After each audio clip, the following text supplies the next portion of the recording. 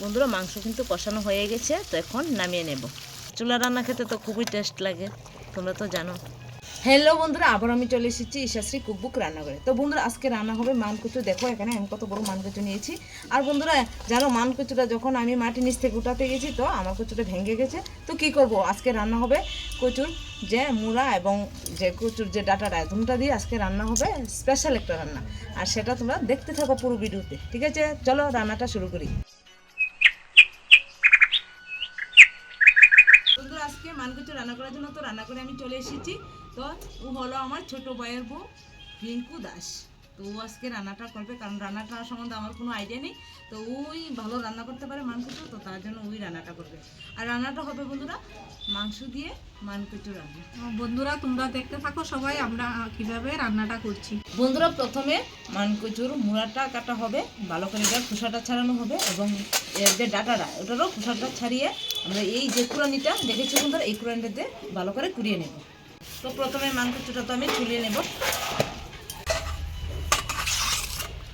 তো বন্ধুরা দেখো মানকুচুটার ভিতরে প্রচণ্ড জল, মানে কি বলবো জানি না হাতে ধরবে কিনা। হাতে তো কোনো গ্লাভস লাগাইনি। এই যে দেখো ভালো করে এর খোসাটা ছাড়ানো হয়ে গেছে।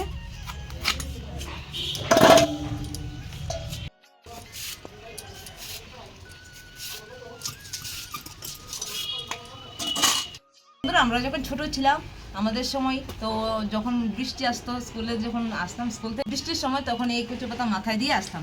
তো সেই পুরনো দিনটা আজকে আমি আমার ভাই বোনের সাথে শেয়ার করলাম। দেখো কিরকম লাগছে, মনে হয় বৃষ্টি পড়ছে। চলো চলো, তো কিরকম লাগছে একটু তোমরা বলো। বন্ধুরা কচু ছাড়ানো হয়ে গেছে, ধোয়া হয়ে গেছে, এখন আমরা কুড়িয়ে নেব। মানকুচুতে একটু চুলকাবে, তার জন্য হাতের মধ্যে রংটা বেঁধে নিয়েছে।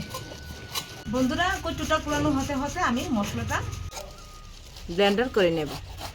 সব মশলা আমি এখানে ব্লেন্ড করে নিয়েছি। বন্ধুরা সবটা কচু কুড়ানো হয়ে গেছে, এখন কচুর যে জলটা এটা এখন আমি ঝেড়ে নেব।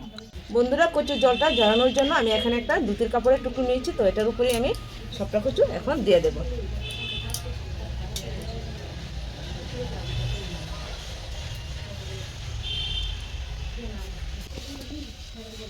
ভালো করে আমি কাপটা বেঁধে দেব।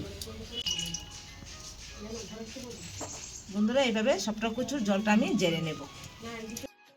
কচুর জলটা ঝরানো হয়ে গেছে, এখন মিক্সিতে দিয়ে দেব, দিয়ে আবার ব্লেন্ড করে নেব।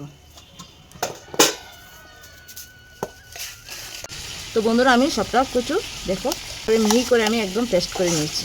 দেখো আমার বন্ধুরা আজকের রান্নাটা হবে চুলার মধ্যে, তো তার জন্য চুলার উপর এখন কড়াই বসিয়ে দিয়েছি। কড়াই গরম হয়ে গেছে, তো প্রথমে রান্না হবে মাংসটা, তোমরা দেখতে থাকো। তো প্রথমে সরষের তেল দেওয়া হলো, এখন দেওয়া হবে তেজপাতা, পেঁয়াজ কুচি,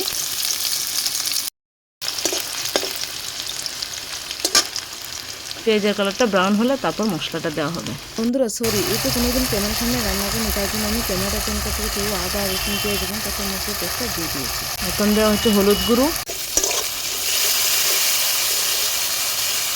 বন্ধুরা জিরে ধনের গুঁড়ো দেওয়া হয়ে গেছে, তো এখন ভালো করে মশলার সাথে ভালো করে কষিয়ে নেওয়া হবে। মরিচের গুঁড়ো দিয়ে দিচ্ছি।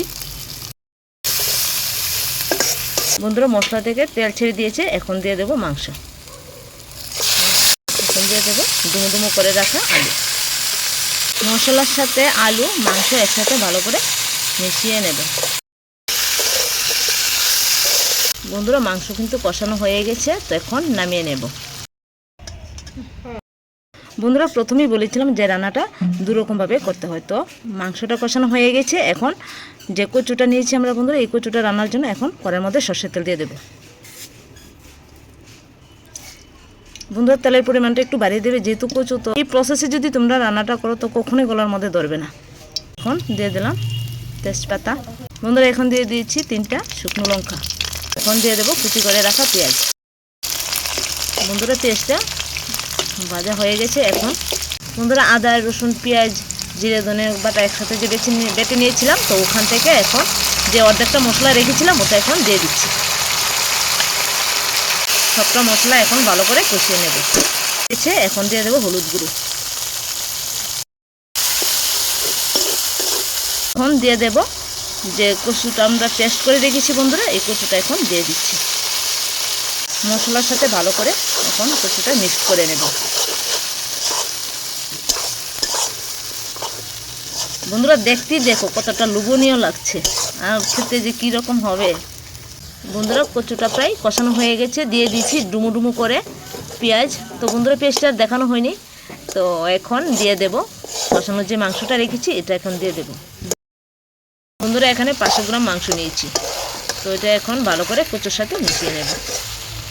এখন 5 মিনিট সময় নিয়ে একটু নাড়াচাড়া করলে তারপর ভালো করে কষানো হয়ে যাবে। বন্ধুরা জলটা ফুটিয়ে নিয়েছি আগে, দেখো মাংসটা পুরো গাঢ় হয়ে গেছে। চুলা রান্না খেতে তো খুবই টেস্ট লাগে, তোমরা তো জানো। মানে কমপ্লিট হয়ে গেছে রান্না, এখন দিয়ে দেব গরম মশলা বাটা। দেখো বন্ধুরা মাংসের গ্রেভিটা কতটা ঘন হয়ে গেছে, তো এখন নামিয়ে নেব।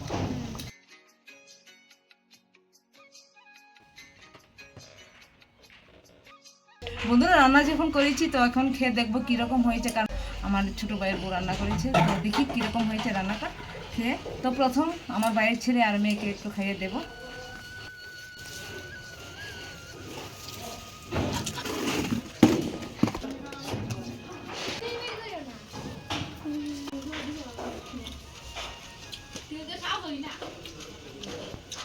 কচু দিয়ে যে মাংসটা রান্না করেছি খেয়ে তোমাদের কীরকম লেগেছে বলো?